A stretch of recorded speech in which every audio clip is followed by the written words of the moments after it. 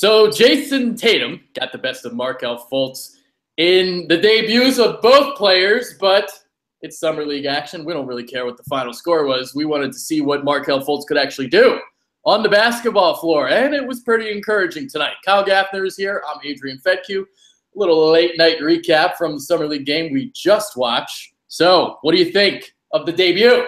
I loved it. I really did. I thought he really came out there and showed a versatile way of his game. He really did a lot. He literally did everything out there. You know, he got to the tin, he got to the line, he hit some of the shots, he came off with some pick and roll, he led the team, he came off the ball. I mean, I was happy for the product that he put out on the floor tonight.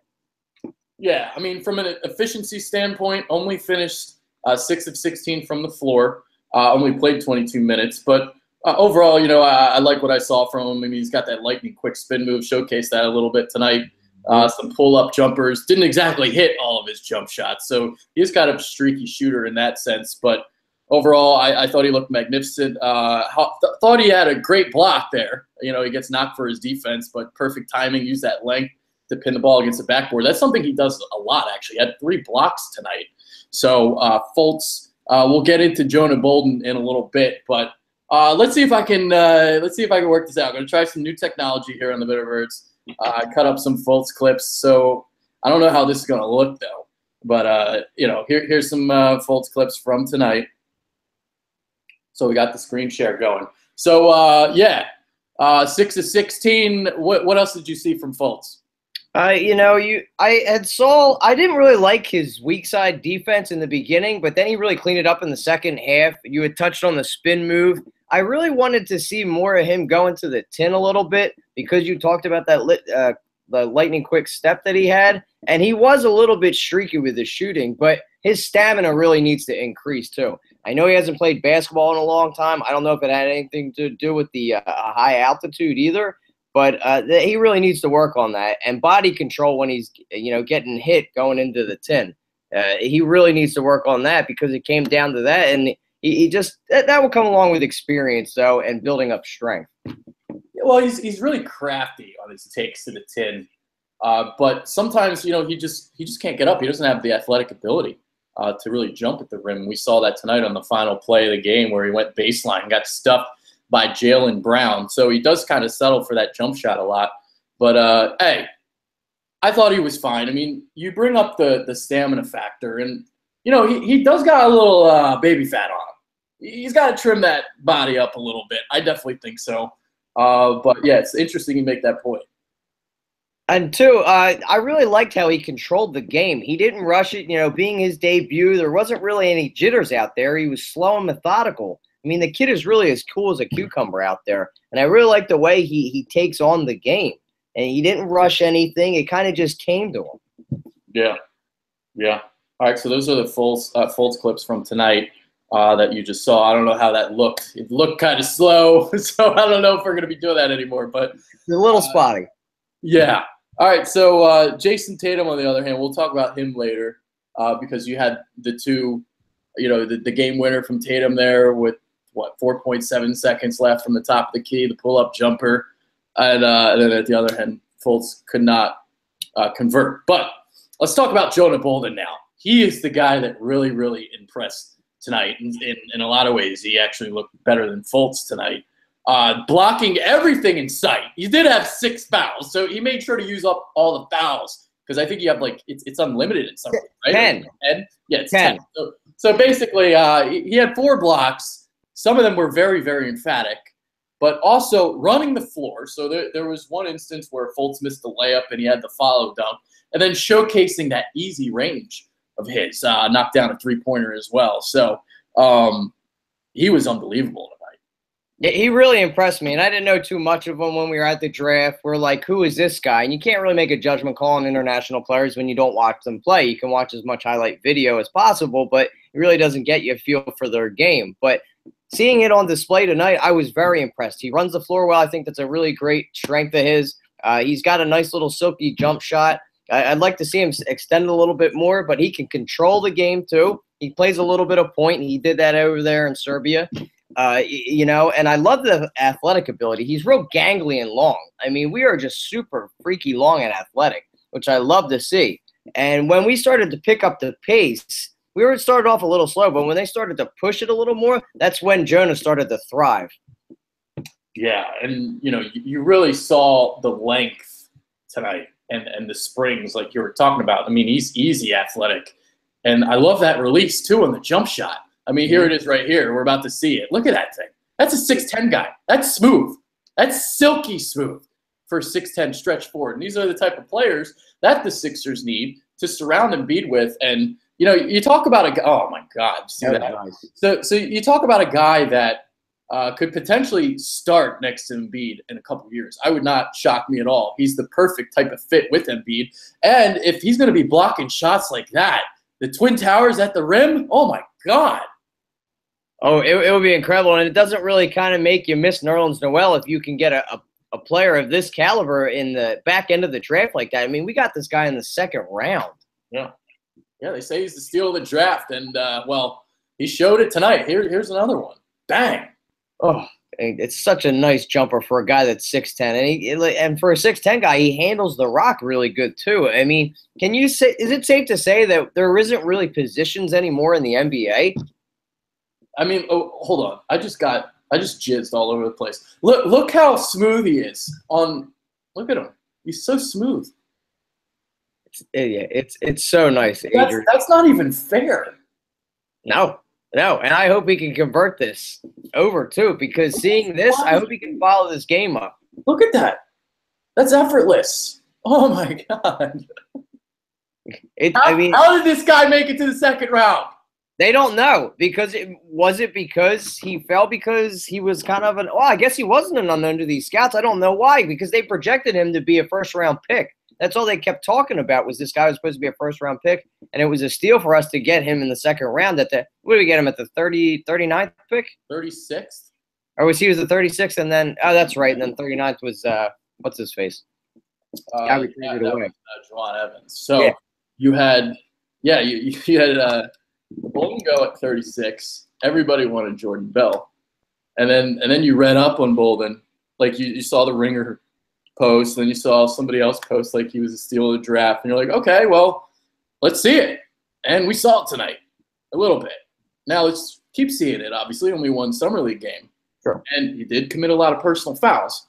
But the timing, the length on the blocks, and the fact that he's going to be shooting threes like that effortlessly, baby.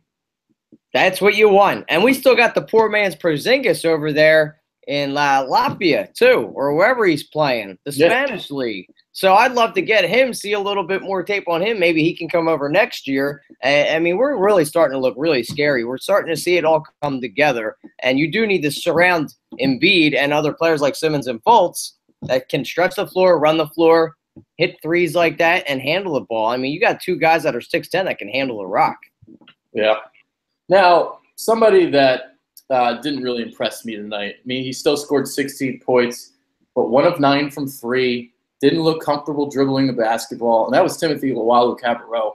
And you talk about a guy that's in his second year. I mean, they talked about it with Jaylen Brown all night, how he just dominated the game being in the second year. That's what I wanted to see out of TLC, and he's just okay.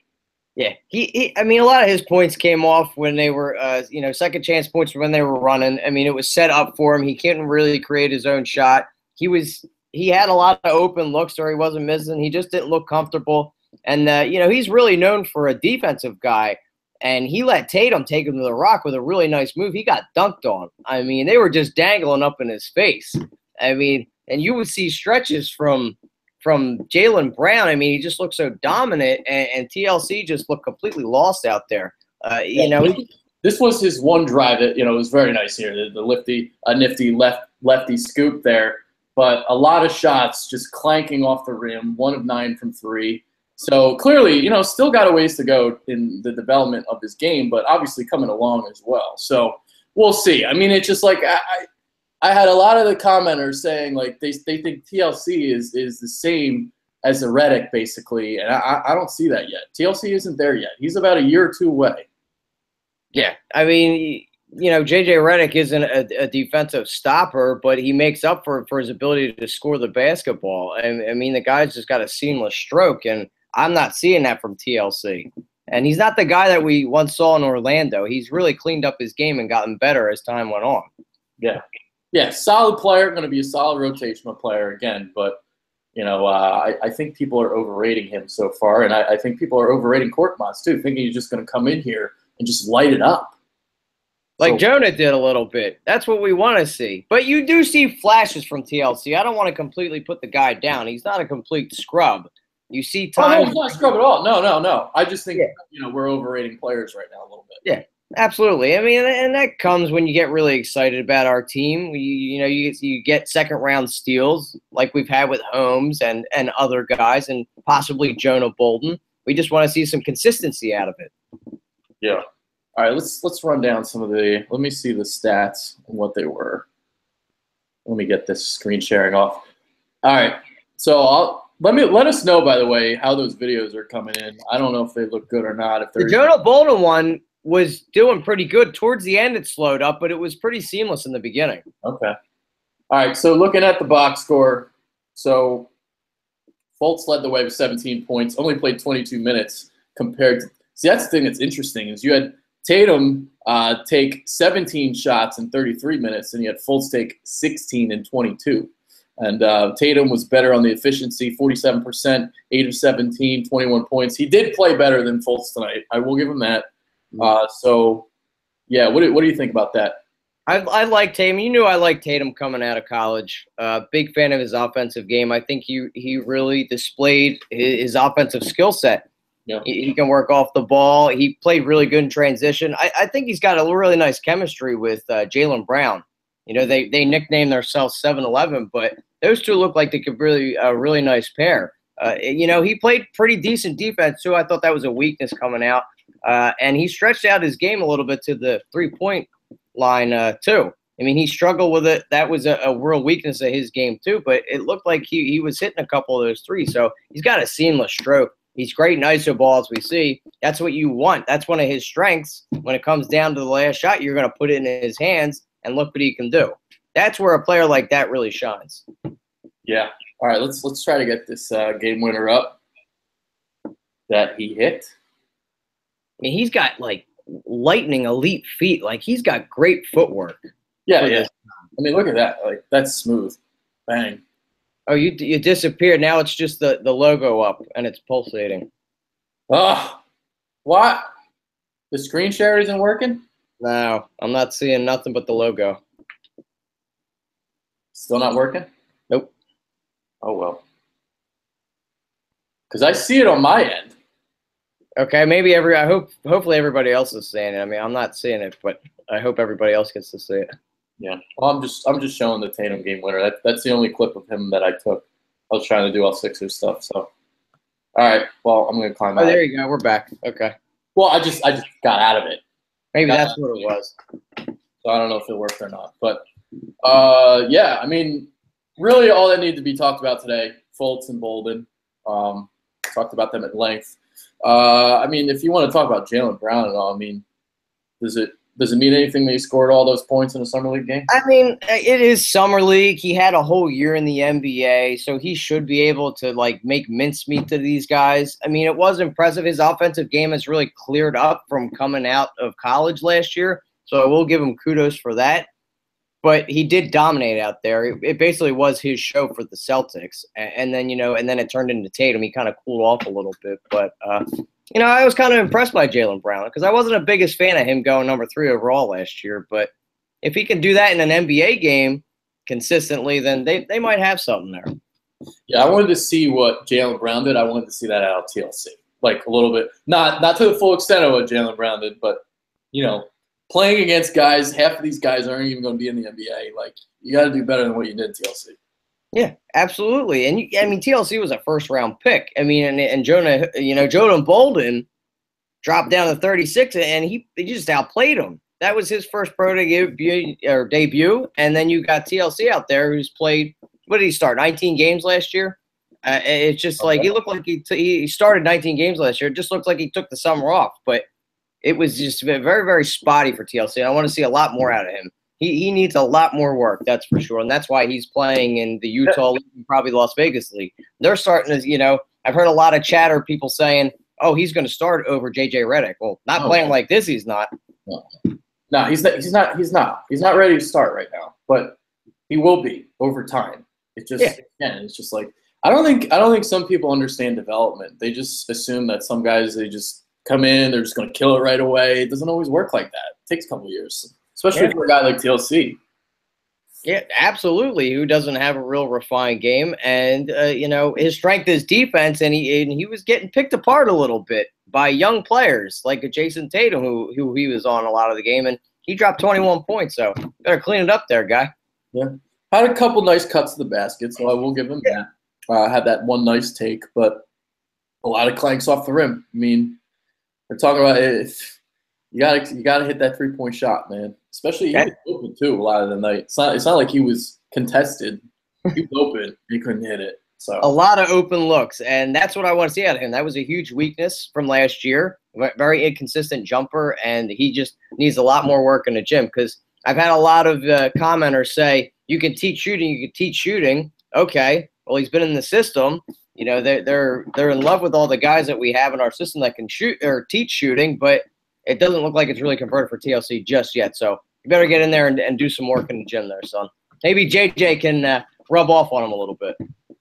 Yeah, he's getting there. It's just, it's going to take some time, and patience must be preached. That's all. Patience is a virtue. Yeah. So, all right, I got nothing else on the agenda. We weren't going to make this that long. First game for the Sixers in the Summer League, Markelle Fultz. I guess I could read off the stats before I head out. Let's see if I still got it up. So the stats for Fultz: 22 minutes, 17 points, 6 of 16, 2 of 5 from 3, 3 of 4 from the line. Had 4 turnovers. That's something he was doing. He was turning the ball over. Yeah. 3 blocks, 1 steal, and only 1 assist. So 1 assist and 4 turnovers. I want to see him clean that up in his next game. That's for sure. Yeah, that's definitely I want to see him play a lot more point and get the offensive rebound and kind of push it. He was playing a lot of 2-guard tonight. He was letting Drew the second kind of be the point for the team. But I'd like to see him kind of go headstrong, go in there, take contact and finish around the rim. So that would be from game 1 to game 2 that I want to see cleaned up. And are you happy with him playing only 22 minutes? Are you okay with that? Well, we've had so many injuries recently. Let's just keep him off the floor. Yeah, true. And I thought tonight would be really a duel between Tatum and Fultz, but they weren't on the floor all so much together. You got this big thing where we traded 1 to 3, and I was like, building it up, and it was all right. It was a fun game. It gave me goosebumps. I love watching Fultz play. It was very exciting. I can't wait for the next game, that's for sure. Well, I just want to thank Danny Ainge for letting us have Markelle Fultz. And, hey, keep them assets, baby. Just keep them. Don't ever use them. Keep building them up. They just keep doing it. And I had touched on that in my earlier video that, he might be the king of collecting assets, but you got to turn those assets into something at some point. By far the most overrated general manager in sports. He gets his reputation because he fleeced an idiot. Yeah. Yeah, he made one big move. That's it. And the commentators tonight actually were saying that we got fleeced, and I was kind of taken back like that. We didn't really give up that much to get Fultz, I don't think. To get a superstar player like that, and that's why I love they get to see the development of Fultz because they're in our division. So it's look what you passed up. Thank you, Danny Ainge. They clearly, the announcers really didn't know what they were doing because Craig Bolerjack was having trouble pronouncing names. He didn't know who Alex Porthos was. He was calling it Poitras or whatever the hell he was saying. So Craig Bolerjack clearly was not watching college basketball last season, butchering the name. So I don't take their opinion seriously at all. Yeah, I didn't even know who that guy was. They were pretty bad, but it is Summer League, so you're not getting the best of the best out there.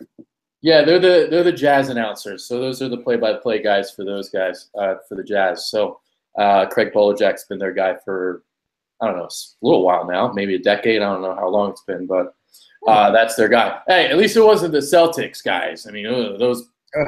Biased assholes. Terrible. That's Boston for you. Yeah. All right. Final thoughts. You got anything else?